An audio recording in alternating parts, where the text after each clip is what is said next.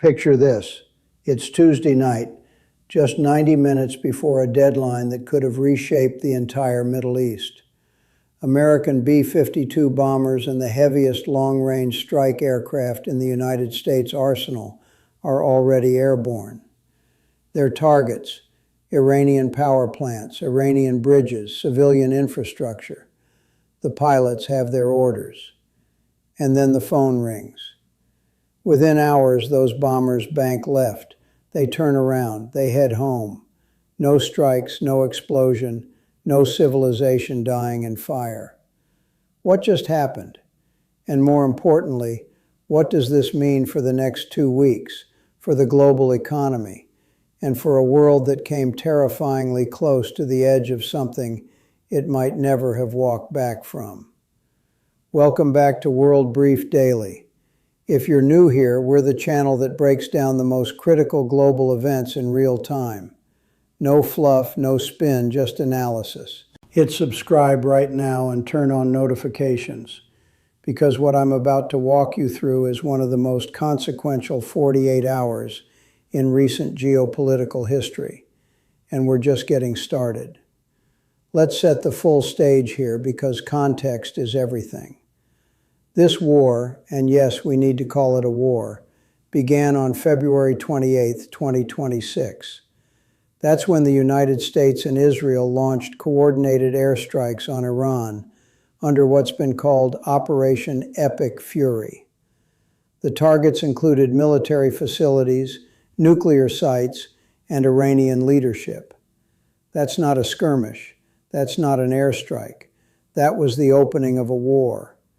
And Iran's response was immediate, dramatic, and strategically devastating. Iran closed the Strait of Hormuz. If you don't fully grasp what that means, let me put the numbers in front of you right now. The Strait of Hormuz is 21 miles wide at its narrowest point. Through that narrow passage flows roughly 20 million barrels of oil per day. That's approximately 20% of all global seaborne oil trade. It's where the Gulf's energy exports funnel into the rest of the world. And when Iran shut it down, they didn't just cut off oil. They triggered what the International Energy Agency has officially called, in their own words, the largest supply disruption in the history of the global oil market. That's not an exaggeration. That's the IEA. That's the institution that monitors global energy markets as its core function. And they're saying this is unprecedented. Bigger than the 1973 Yamapur War. Bigger than the 1979 Iranian Revolution. Bigger than anything we have seen in the history of modern energy markets. Brent crude surged. It passed $100 per barrel for the first time in 4 years. It peaked at $126 per barrel. Analysts at Bloomberg were running models showing prices could hit $200 a barrel if the closure extended through Q2. The Dallas Fed published research projecting that a quarter-long Hormuz closure would lower global real GDP growth by nearly 3 percentage points on an annualized basis. Jens Sade, the United Nations Trade and Development Agency, warned of cascading impacts on food prices, fertilizer supply, and aviation. Gulf states like Kuwait and Qatar began facing what economists called a grocery supply emergency, with 70% of their food imports disrupted by mid-March. And this wasn't just an oil problem. This was an everything problem. According to the World Economic Forum, beyond crude oil, the Strait carries roughly a third of global seaborne methanol trade, nearly half of all global sulfur exports, significant volumes of aluminum, helium, fertilizers, and the petroleum coke that feeds electric vehicle battery manufacturing. The Philippines implemented a temporary 4-day working week to manage fuel costs. Airlines were rebooting flights around the Middle East, adding hours to journeys and burning more fuel. Major shipping companies, including Maersk and Hapag-Lloyd, had already suspended Middle East routes entirely. The Stimson Center described the Strait of Hormuz not as a tactical lever, but as, and this is their phrasing, a transmission belt between regional war and the global economy. That's the lens through which you have to understand everything that happened Tuesday night. Now, before we go deeper into the mechanics of this deal, let's talk about the 48 hours that led to the ceasefire. Because this wasn't a clean diplomatic resolution. It was chaotic, last minute, and full of contradictions that are still playing out right now as I record this. In the days before the deadline, the pressure was extraordinary. President Trump had been issuing increasingly extreme warnings via Truth Social. On Easter Sunday, April 5th, he posted, and I'll read this because the tone matters. Tuesday will be Power Plant Day and Bridge Day all wrapped up in one in Iran. There will be nothing like it. Open the strait, you crazy bastards, or you'll be living in hell. That's a sitting president of the United States writing that on social media. The escalation was real, and the deadline was real. But inside the White House, there was a split.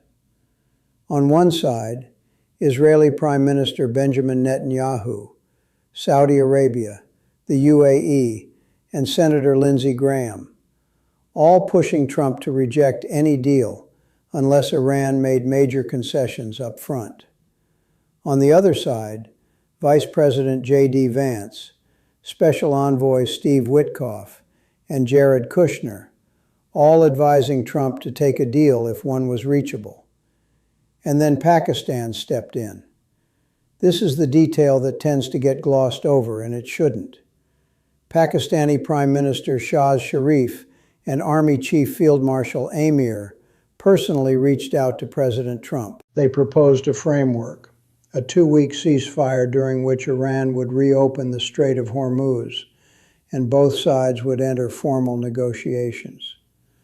Trump confirmed in his announcement, and I'll quote him directly here, he agreed to suspend strikes on Iran based on conversations with Prime Minister Sharif and Field Marshal Maynard, who requested he hold off on the destructive force being sent that night. Pakistan is not an obvious mediator in a U.S.-Iran conflict, but they had both the motivation and the access. Pakistan relies heavily on Gulf oil imports. Their economy had been hammered by the Hormuz closure, and they had credibility with both parties. This is geopolitical improvisation, messy, human, real, and it worked. Now let's get into the precise mechanics of what was agreed, because this is where it gets genuinely fascinating and genuinely complicated. On the U.S. side, Trump announced a 2-week suspension of strikes on Iran. In his Truth Social post, he described it as a double-sided ceasefire. He stated the U.S. had met and exceeded all military objectives. He acknowledged receiving a 10-point proposal from Iran and called it, and again quoting him, a workable basis on which to negotiate. He was careful not to say he was accepting the 10-point plan, just that it was a foundation for talks. On the Iranian side, Foreign Minister Abbas Araghchi confirmed the deal in a statement issued on behalf of Iran's Supreme National Security Council. He confirmed that if attacks on Iran were halted, Iranian armed forces would cease their defensive operations. He confirmed that safe passage through the Strait of Hormuz would be possible during the 2-week period, but with a critical caveat.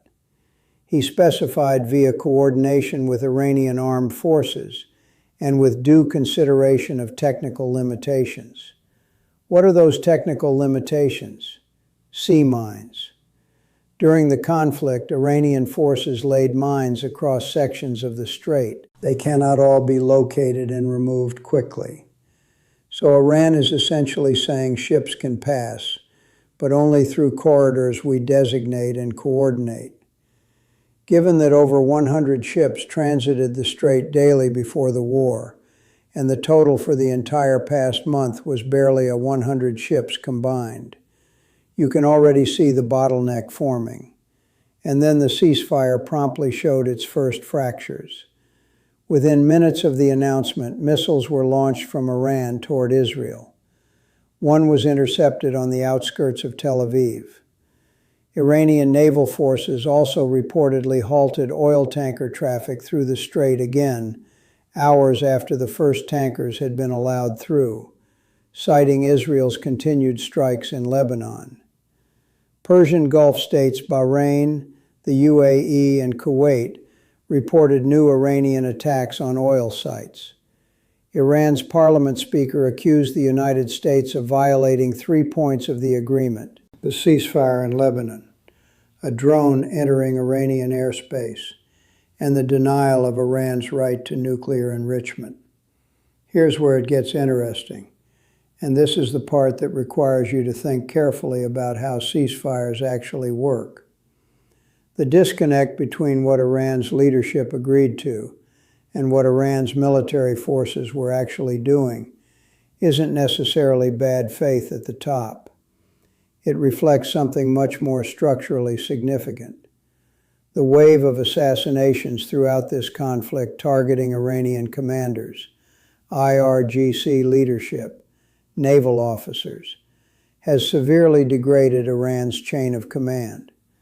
The Iranian military is in some meaningful sense operating in compartmentalized cells that aren't always receiving or processing orders from the top with speed or clarity. We saw this during what analysts called the 12-day war last year. Ceasefires get announced. Lower-level units with access to launch systems keep firing anyway. It doesn't mean the deal is dead. It means the implementation will be messy and contested. This is exactly why Vice President Vance characterized the situation as a fragile truce. He told reporters the ceasefire won't hold if the strait remains closed, while simultaneously acknowledging that he was already seeing signs of increased traffic. He said plainly, "If we don't see the strait reopening, the president is not going to abide by our terms." That's a very specific ultimatum tied to a very specific deliverable. And as of right now, the situation is ambiguous. There's also the Lebanon problem, and this is the most politically explosive piece of the entire puzzle. Israel and Iran have been fighting a separate but connected war. Israel has invaded southern Lebanon and has been conducting sustained airstrikes targeting Hezbollah, Iran's most significant proxy force. Pakistan's Prime Minister Sharif publicly stated the ceasefire covered Lebanon too. Iranian negotiators appear to have understood Lebanon to be included, but the White House stated clearly, Lebanon is not part of this agreement. Netanyahu confirmed his government would comply with the ceasefire in Iran, but continue striking Lebanon. So you have a situation where the mediator says one thing, one party believes one thing, and the other party's position is something else entirely. European leaders, Germany, France, Italy, the United Kingdom, Denmark, Spain, the Netherlands, and Canada, issued a joint statement calling on all sides to implement the ceasefire, including in Lebanon. The EU's Ursula von der Leyen called it a potential solution to what she warned could become a severe global energy crisis. But that joint statement has no enforcement mechanism. It's a plea, not a guarantee. And we need to talk about the 10-point proposal, because this document is the key to understanding where the next 2 weeks go. Iran's 10-point proposal, as laid out through Iranian state media, is extraordinarily ambitious. Point 1. Iran wants guarantees it will not be attacked again. Point 2. A permanent end to the war, not a ceasefire, a permanent end. Point 3. An end to Israeli strikes on Lebanon. Point 4. Lifting of all U.S. sanctions on Iran. 5. an end to all regional fighting against Iranian allies. Point 6.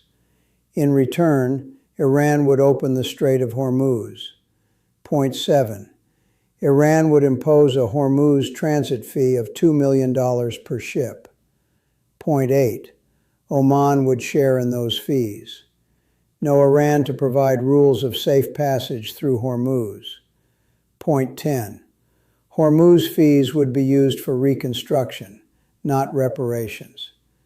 Now 7 is the one that will generate the most friction in negotiations. $2 million per ship per sick. That sounds almost modest when you're talking about very large crude carriers. But the precedent it sets is extraordinary. If Iran charges a fee to traverse an international strait, what stops Denmark from charging ships through the Danish Straits? What stops Spain from levying fees in the Strait of Gibraltar? This would be reversing literally 2 centuries of maritime freedom of navigation norms. The world moved away from this model for a reason, and Iran knows they're unlikely to get it. The strategic value of 7 is as a bargaining chip, something they'll sacrifice in exchange for concessions they actually want more. The White House's official position is that they've accepted none of the 10 points. Press Secretary Caroline Leavitt said the original 10-point plan was, quoting here, literally thrown in the garbage by President Trump and his negotiating team. So there's already a fundamental dispute between what Iran says was agreed and what Washington acknowledges. This mirrors every major ceasefire in history. Both sides frame the moment as their victory. Iran's state media is broadcasting internally that U.S. bombers turned around because Iran held firm. U.S. media is reporting that America's military campaign created the leverage for diplomatic success. Both narratives are politically necessary. Neither is fully accurate. Here's where it gets interesting. At the negotiating table, talks are expected to begin in Islamabad on Friday, April 10th. VP Vance is expected to lead the U.S. delegation. Iran's delegation will reportedly be led by Foreign Minister Araghchi and Parliament Speaker Mohammad Bagher Ghalibaf. Pakistan hosts. And the 2 most contentious issues on the table are also the 2 issues where the gap between the parties is widest. First, Iran's nuclear enrichment program. Trump hardened his position late Wednesday, saying there will be no uranium enrichment, full stop.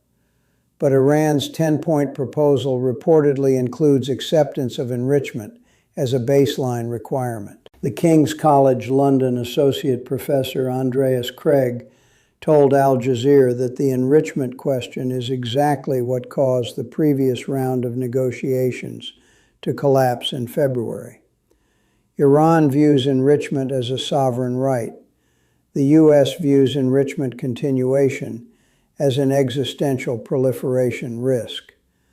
There is no obvious middle ground here. Second, U.S. sanctions. Iran wants all sanctions lifted. That's a non-starter in the current political environment without extraordinary concessions in return. The Trump administration has signaled it might discuss tariff and sanctions relief, but within a framework of verifiable Iranian compliance on nuclear and military limits. Iran will want those limits minimized. The U.S. will want them maximized and verified. This is a negotiation that could take months, not days. The Federal Reserve Bank of Dallas researchers put it in stark economic terms. Their modeling showed that even a single quarter of Hormuz's closure could lower global GDP growth by nearly 3 percentage points annualized. Oil had already surged to $126 a barrel at peak. The ceasefire news sent crude prices plunging, dropping below $100 a barrel almost immediately after the announcement. Global stock markets surged. S&P futures indicated a more than 2% jump at open. The market was pricing in relief. But that relief is premised on a ceasefire that is already showing cracks. This brings us to the journalist release because it's a piece of the story that deserves more attention than it's getting. American journalist Shelley Cadeson had been kidnapped a week prior in Baghdad, Iraq, by an Iran-backed Iraqi Shia militia, reportedly Katie Hezbollah, not to be confused with Lebanese Hezbollah. She was abducted by a group operating inside Iraq with Iranian backing, and critically, she was released before the ceasefire announcement was made. According to Fox News and confirmed by the State Department, her release was the result of intensive behind-the-scenes work by the Iraqi government, operating separately from the main Iran-U.S. negotiations. This matters because it tells us something about the Iraqi government's capacity and motivation to act as an independent diplomatic player, not just a proxy battlefield for Iranian influence. Iraq doesn't want this war. They're absorbing collateral damage daily. And when they had the ability to move quietly and resolve one piece of this crisis, they did it. Now let's zoom out, because to understand why Iran is negotiating the way it's negotiating, you have to understand a history that goes much, much further back than February 28, 2026. The Strait of Hormuz has been at the center of Iranian strategic thinking for decades. This isn't new. Iran's ability to threaten the strait has historically been both its greatest leverage point and its greatest vulnerability. It's leverage because it can cause enormous pain globally, almost immediately. It's a vulnerability because actually closing the strait also devastates Iran's own oil revenues. Iran needs to export oil. Every day the strait is closed is also a day Iran is hemorrhaging income. The pattern of escalation and de-escalation in the strait goes back to the tanker war of the 1980s, when the U.S. military actually had to escort oil tankers through Gulf waters under Operation Earnest Will.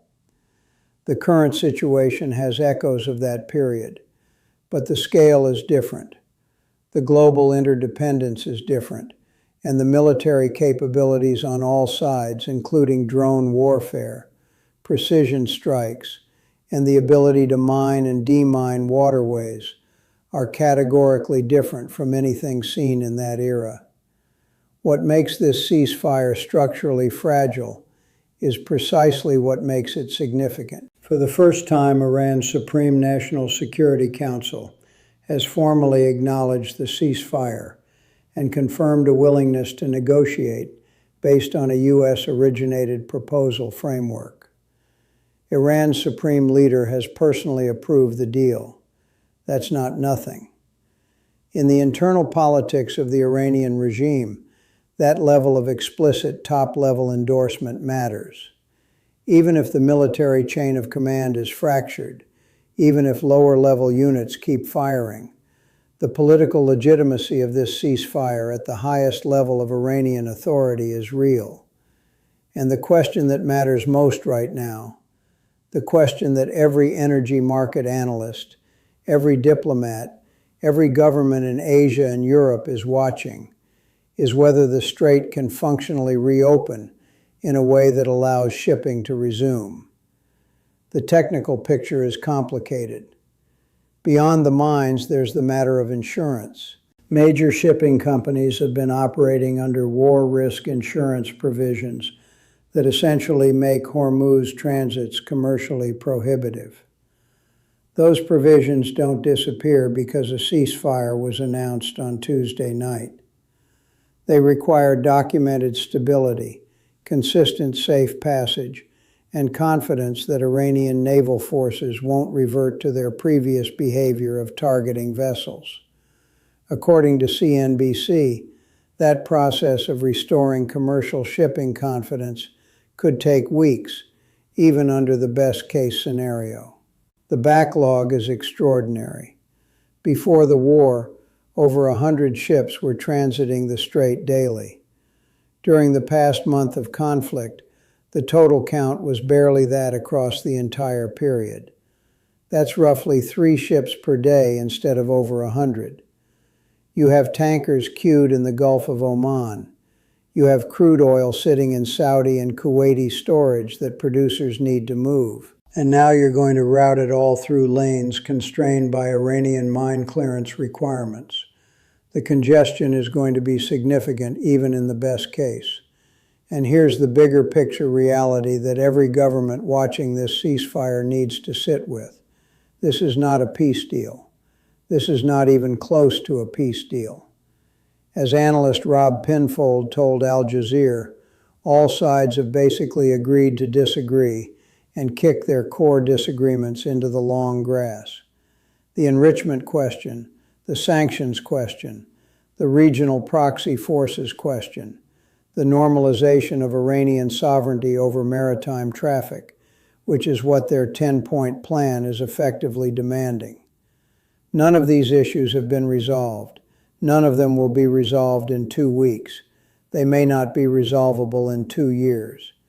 What this ceasefire is a pause, a critically important pause, a pause that prevents what could have been an irreversible military escalation tonight, a pause that gives the global economy a window to breathe, a pause that gives diplomats a table to sit at. The 7 G7 nations plus EU leadership calling it a potential solution to a severe global energy crisis are right, but only if the pause becomes something more durable, and that is not guaranteed. So what do we watch for in the coming days? Watch the strait, not just whether ships are moving. Watch what kinds of ships, under what conditions, and under whose coordination. If Iran is demanding Iranian armed forces coordination for every vessel, that's not freedom of navigation. That's Iranian sovereignty over international waters. The White House has already said that Iran charging tolls would be considered a limitation violating the deal's terms. These two positions are not yet reconciled. Watch Lebanon. Israel has been explicit. The ceasefire does not cover Lebanon. Iran and Pakistan believe it does. If Israeli strikes in Lebanon continue at their current intensity, Iran's military factions will use that as justification to resume attacks, possibly regardless of what their political leadership in Thrawn has agreed to. That Lebanon variable could unravel this deal faster than any other single factor. Watch Islamabad. The talks beginning Friday, April 10th, will be the first real test of whether there is a genuine negotiating path here. Vance leading the U.S. delegation is significant. It signals this is a priority at the highest level of the executive branch. But the Iranian delegation's instructions, the gaps between the 10-point and 15-point proposals, and the nuclear enrichment red line are all enormous obstacles that haven't moved. Hit subscribe.